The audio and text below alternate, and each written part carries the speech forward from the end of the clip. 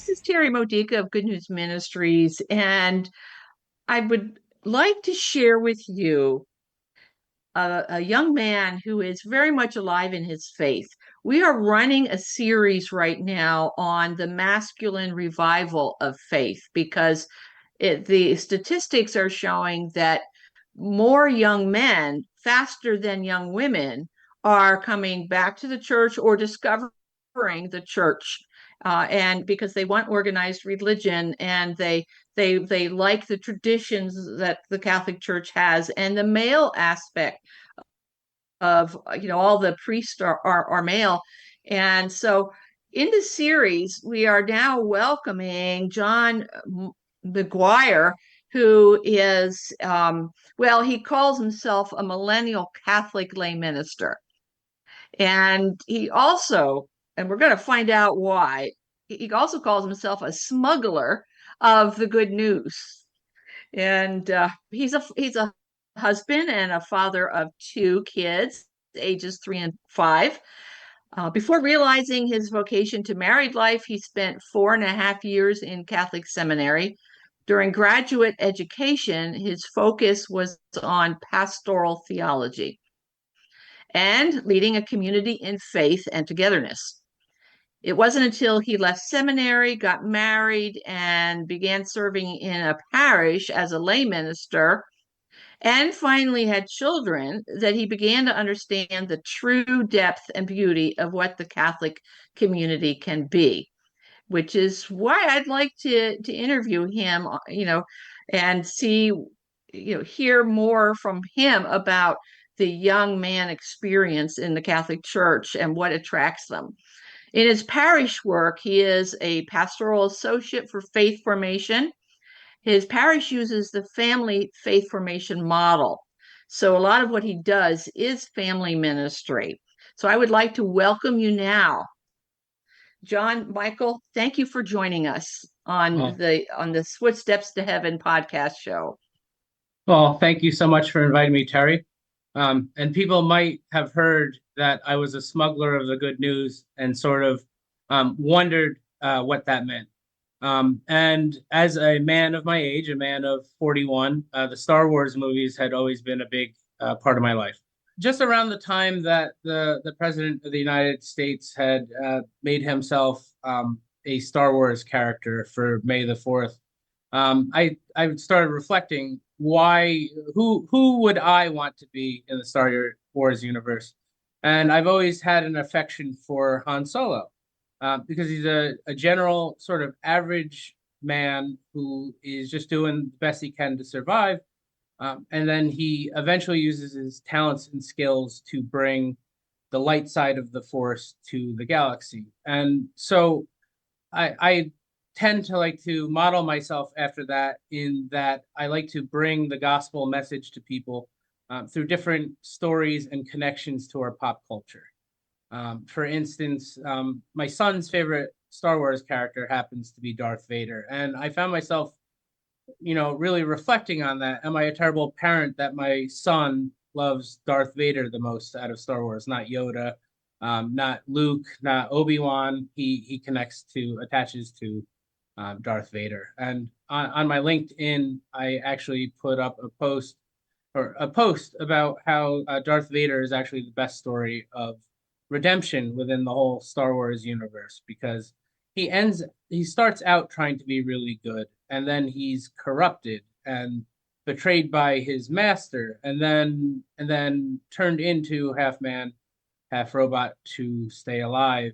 But it's the love of his son, and I suppose also his daughter Leia, that he comes around to bring balance to the Force. And I think that's a nice model. It's a lovely model where we can connect to the redemption of St. Paul in that, or the conversion of St. Augustine from a great sinner living a hedonistic lifestyle to a great saint through the intercession of his mother, by the way.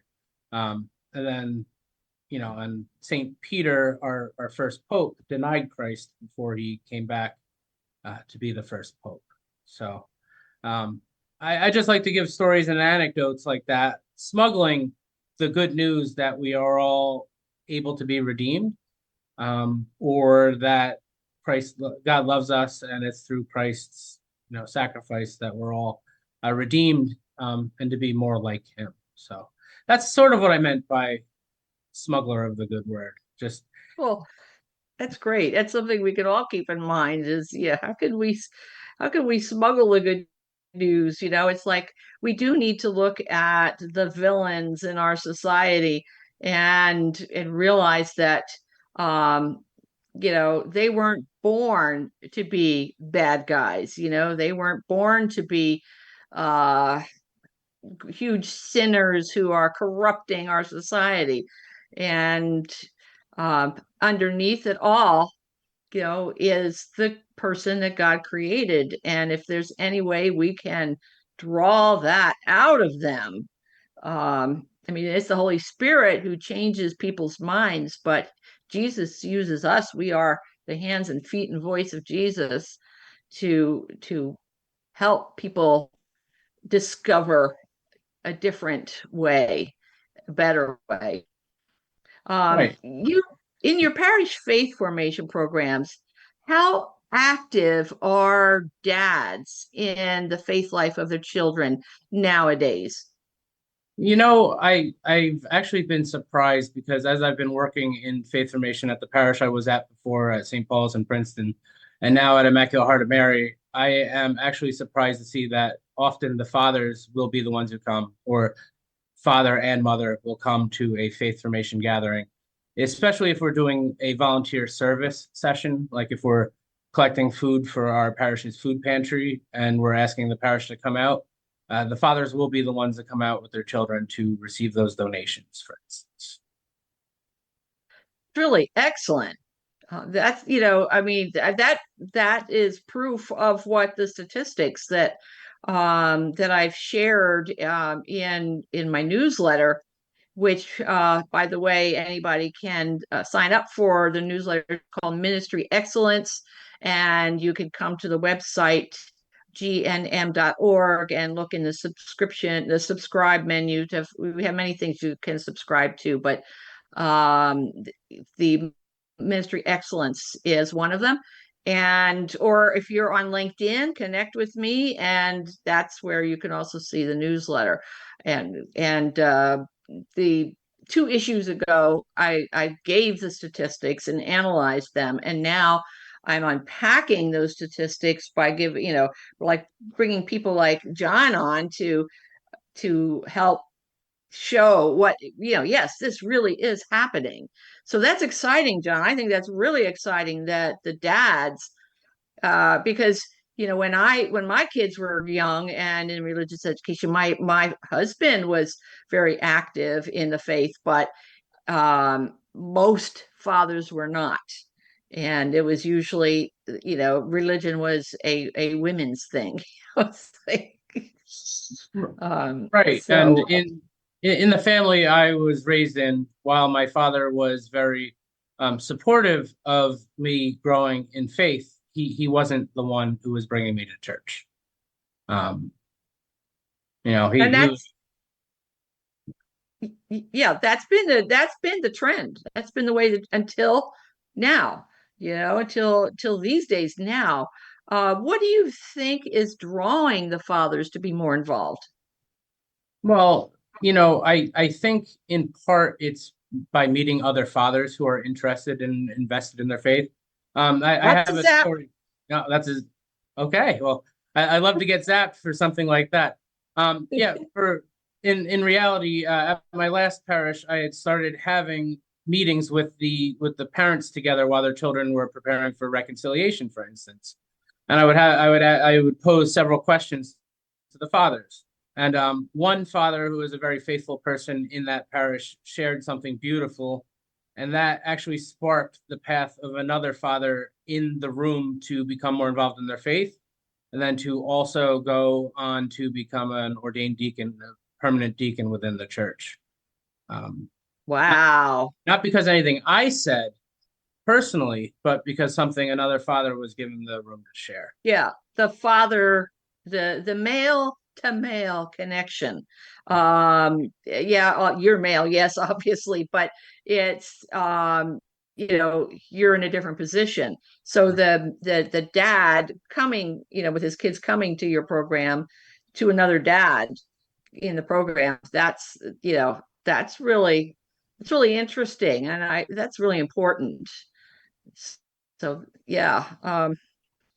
And Uh I would also point to the fact that I think there is a certain backlash among millennial fathers to how they were raised. Their fathers may love them and support them financially, but weren't always around because they were working hard. They had things that they had to do that were their responsibilities, that culture said were their responsibilities. Millennial fathers are getting their hands into the work of parenting in a different way, and maybe even a more emotional way than they might have been comfortable, at least in my situation. As I say, I have a lot of love and respect for my father, but in my parenting of my son Elijah and my daughter Ava, I'm a more, I guess, squishy is the word for it. In how I'm parenting them alongside my wife. yeah, so it's really a societal change with the young men of today, and in particular, I'm this are really strong in the Gen Z male demographic, and they're reacting to the society they grew up in and what they didn't like about it. I mean, every generation does that, but now we're in a generation where these Gen Z men are looking at such a wrecked society and so many split families, and so it's they're reacting to saying, I want something better. So let me ask you this, John. What do you think? Because you talked about their dad, and uh, being of a different generation and a different society in that generation, uh, they were not the best models of what God's fatherhood is like. And so what do you think, what do you sense in the young men of your parish and your faith formation program? Where do you think they are at in their relationship with God the Father? Are they aware of God the Father? Do they have feelings of, well, like my dad was never there for me, God the Father isn't there for me either? Um, you know, what what have you observed? If I'm to be 100% honest, I think people are coming a long way. Um, but the young people are all at a very basic level of understanding of their faith. Um, and and that really, I think, comes in part from the fact that there was a lapse in catechesis for my generation and maybe even for Gen X to an extent, where the fathers and the mothers haven't necessarily engaged to the fullest extent in their faith lives, but they know that it's appropriate to bring their children on to be formed.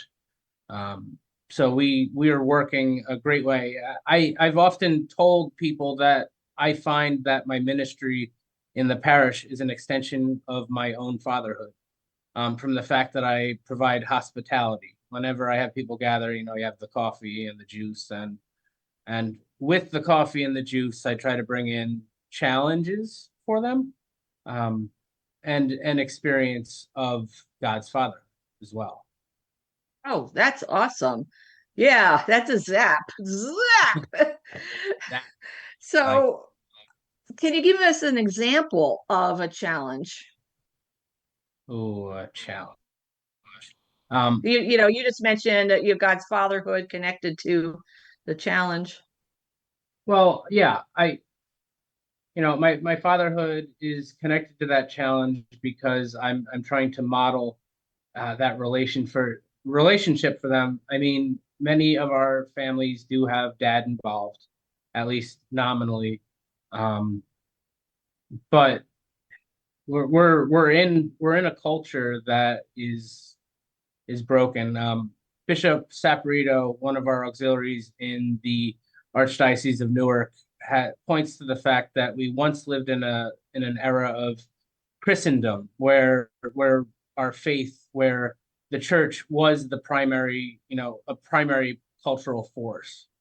And now in the pluralistic society we live in, we can't take for granted that Catholicism is going to have as loud a voice as it does. Instead of being in a time of Christendom, we're in a time of an apostolic age, which means as a church, we are challenged to go out into the community more than assume the community is going to come to us.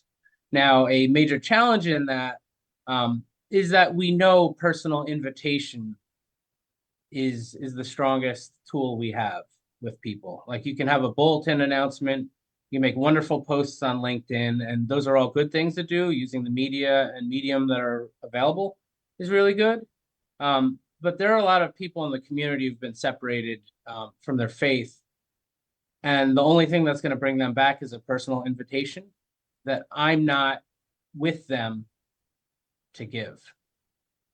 So we need to make our people, our families, feel much more comfortable inviting their friends and those people missing in our community to the table. That's an excellent point. Yeah.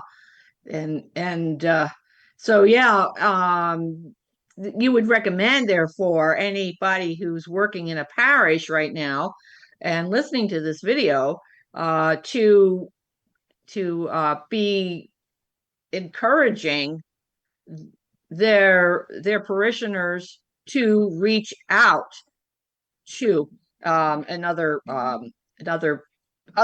people, other families, other parents, and the young men to reach out, because one of the studies that I read in these statistics of the masculine revival of faith is that the young men are looking for brotherhood.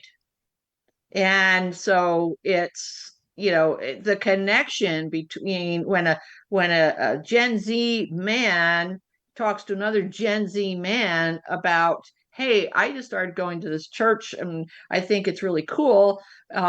He's more likely to be successful in bringing them to church than, when I was that age talking to my peers.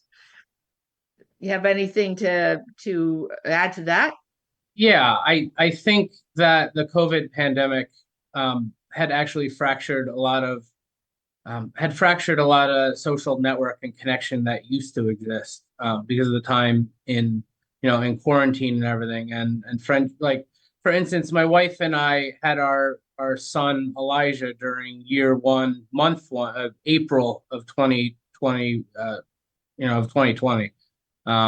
And so the natural connections that you would make with other parents, for instance, who had children at that same time, we were basically shut down for 2 years at that point. So it shouldn't be a big surprise when Avila came 19 months later, that didn't change all that much either.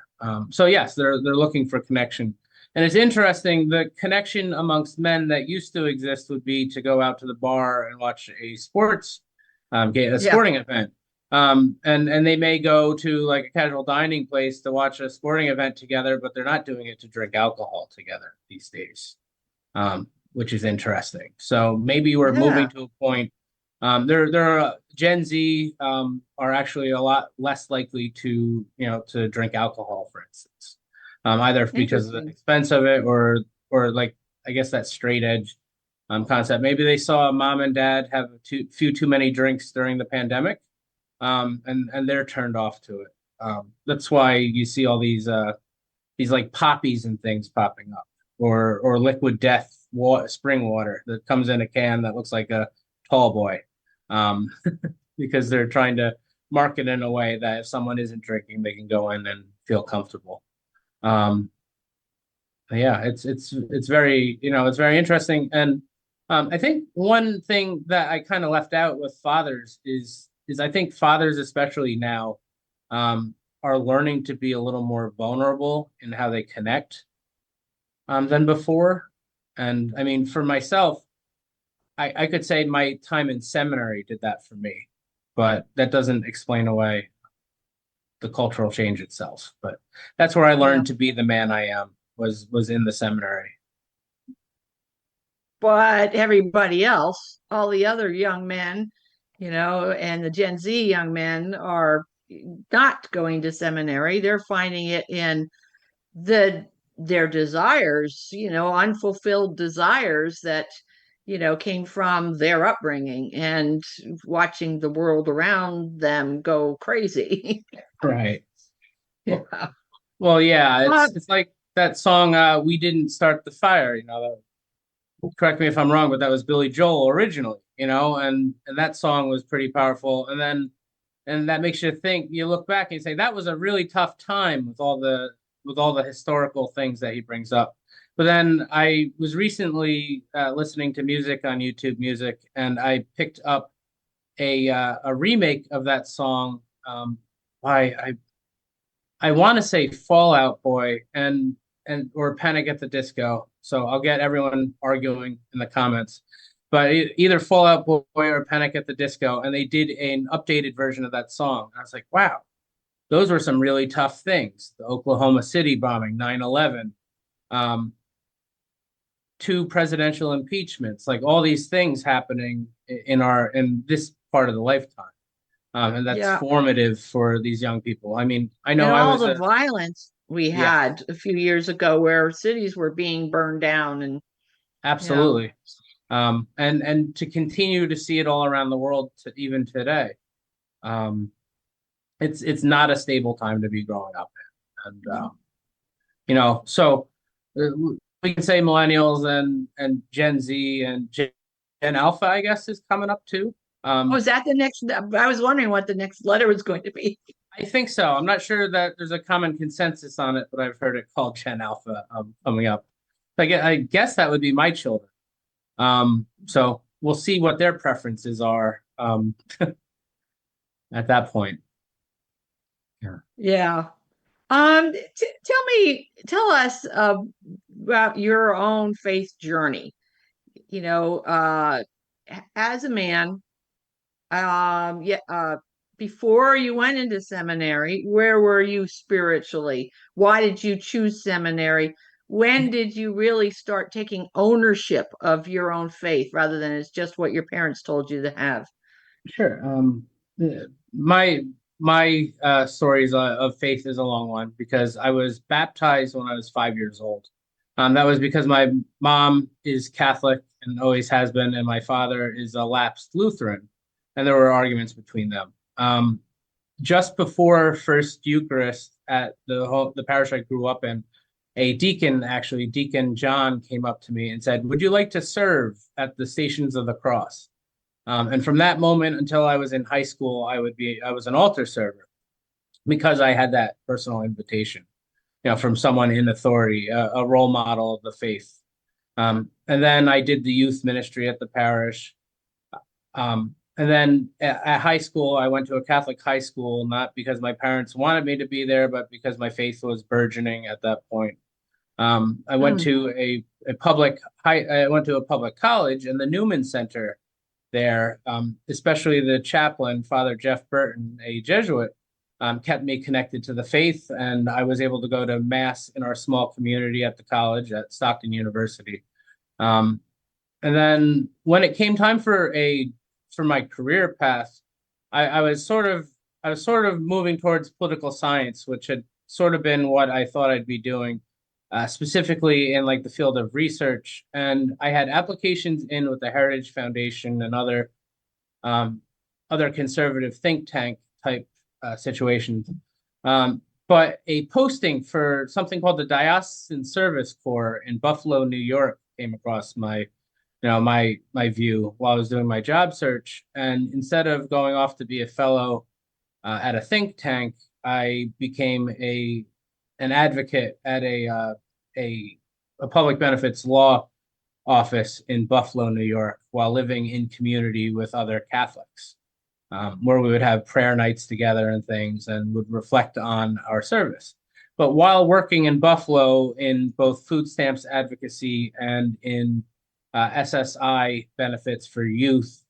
Um, while taking phone calls, I realized what the people I was helping with, especially with the food stamps and poverty, a lot of the phone calls I would get would be from people who wouldn't necessarily qualify for the benefits, elder women especially.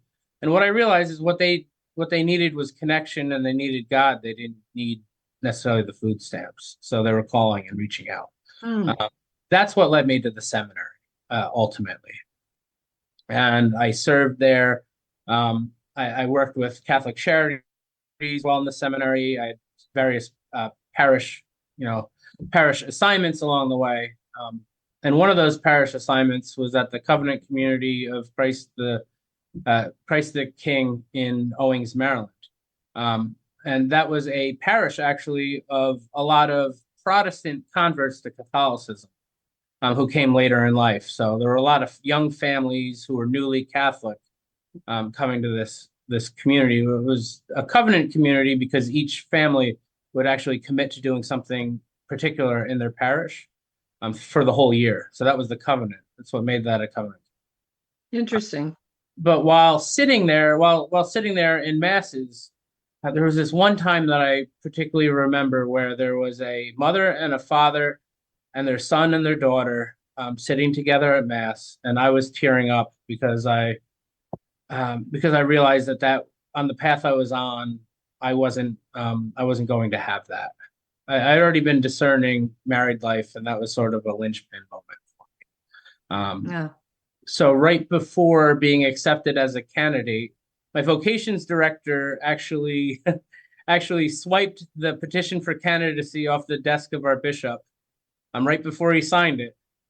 And that was my last semester in the seminary. So that was third theology, semester one, which meant that that spring I would be ordained a deacon. And Mm. since then, I've been working in faith formation with a little hiatus, as I was trying to find my footing. I've been working in faith formation in parishes, and it was 3 years later that I got married, and then I want to say 3 years after that we had our first child. Yeah, you say in your LinkedIn bio that it was when you finally had children that you began to understand the true depth and beauty of the Catholic Church. So that sounds like a turning point too in your faith life, deepening your faith life. No, oh, absolutely. And here's where I'll share that vulnerability I was speaking about. I'll share, my wife and I, while we were starting to really think, really want to have our children. Um, my wife had been told for her most of her life, since being a teen, that it would be very hard to have children without some intervention because of a specific disorder, that she had. And so we were actually investigating medication to see if we could be helped along. Um, and so we started that process, and they had prescribed her a medication, that you have to make sure that you're not already pregnant before you start it, and that was basically covering your bases just in case, because that medication would be dangerous for Hmm. a preborn child. Um, so before she could take the medication, she went to the doctor to do a blood test to see if she was pregnant, and it came back positive for pregnancy. And Hmm. that was on a Friday while she was at work teaching in a Catholic school. Um, so the Monday after that, we went to the OB's office to have an ultrasound, and to our surprise and delight, and disbelief, actually, we first saw Elijah's skull, and then his spine. I'm like, is that a spine? Is that a skull? Elijah was actually 4 months along at that. Um, Wow. and as we're leaving that appointment to go to work, I'm sort of struck, and in the moment, it's, your son is going to be fine, and his name's Elijah. Oh, So I've always had a connection to God in my faith, and there was also that you know the beauty of the tradition and the history and the legacy and the academic work very much in the brain, right? And I am I'm an analytical type of thinker to an extent, while still trying to be as creative as possible. Um, and you can know God, and but loving is an experience that also includes our emotions, right? So it's in moments like that, with knowing that my son was coming, before we could know gender too. That's part of why I like hold on to that. Before we knew it was our son, we knew it was our son. And people would ask, Yeah, why are you calling him? You can't know yet. I was like, no, we know.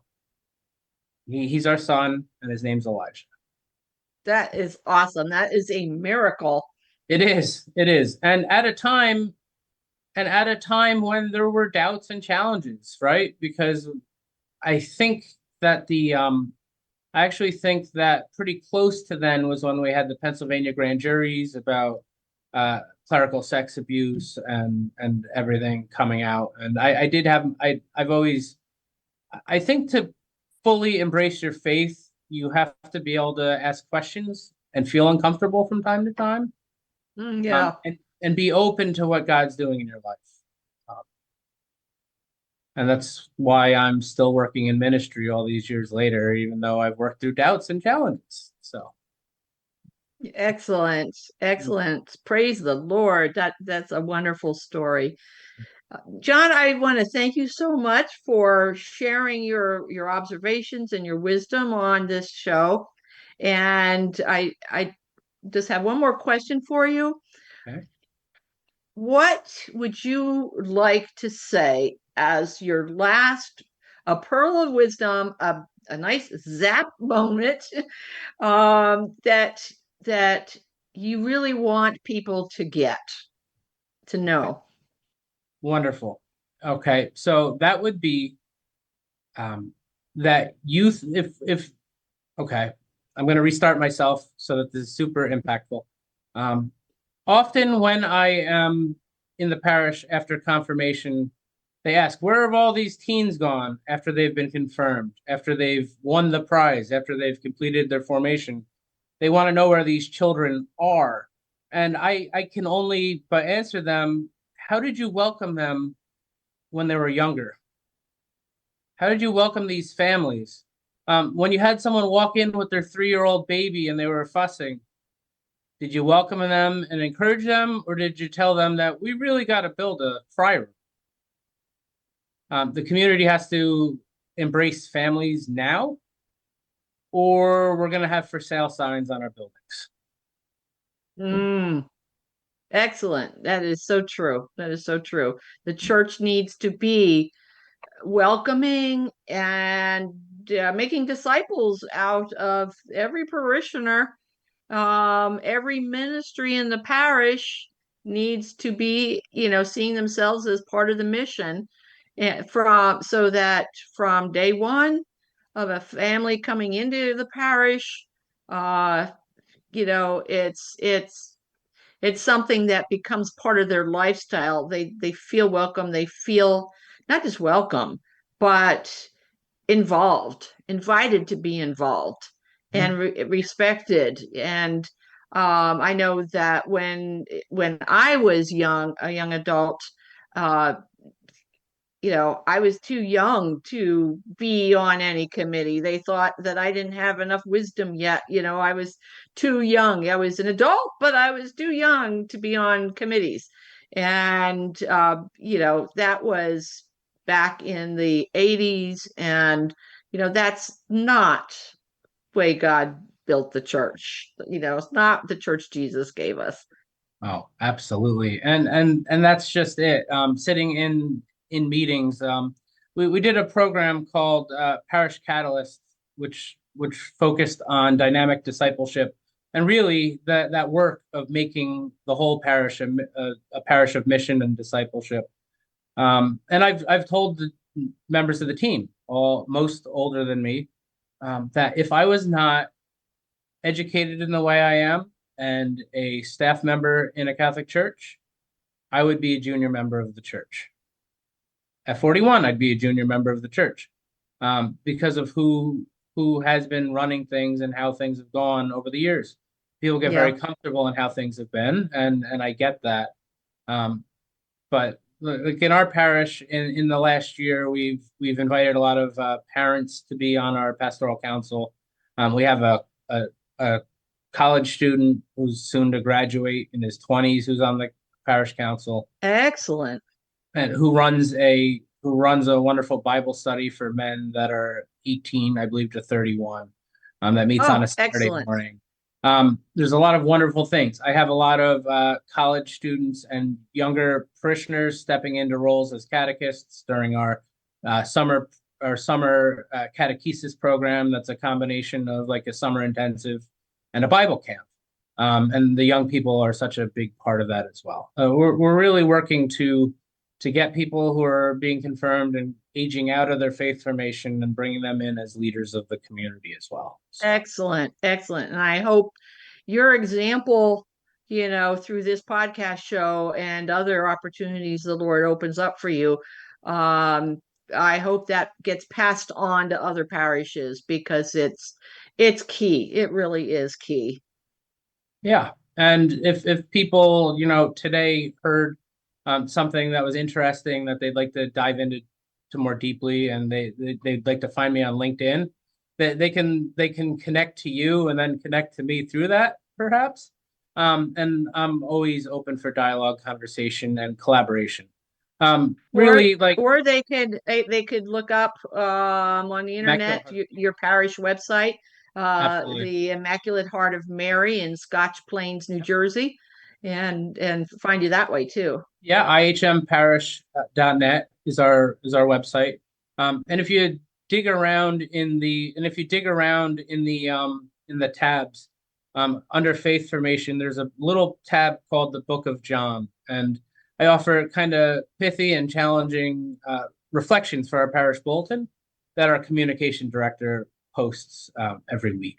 So Oh, that's cool. That's neat. yeah, yeah. Well, Well, thank you so much for sharing yourself with us, and I hope we can continue collaborating in some way in the future. oh, I'd God love that. bless you. God bless you too. Thank you.